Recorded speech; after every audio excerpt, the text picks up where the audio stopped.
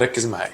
سؤال جالي من فترة: ليه يا دكتور انت بتستخدم الميكروسكوب في كل الشغل، في كل حاجة، حتى في التنظيف بتاع الجير؟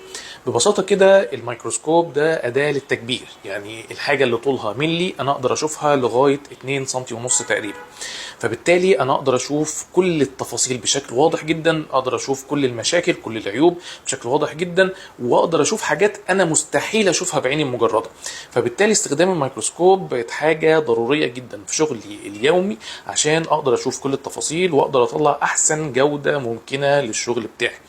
فحتى في تنظيف الجير بيبقى فيه جير صغير خالص موجود تحت اللثه، ما اقدرش اشوفه بعيني المجرده، فبالتالي اقدر اشوفه بالميكروسكوب واقدر اخش واشيله.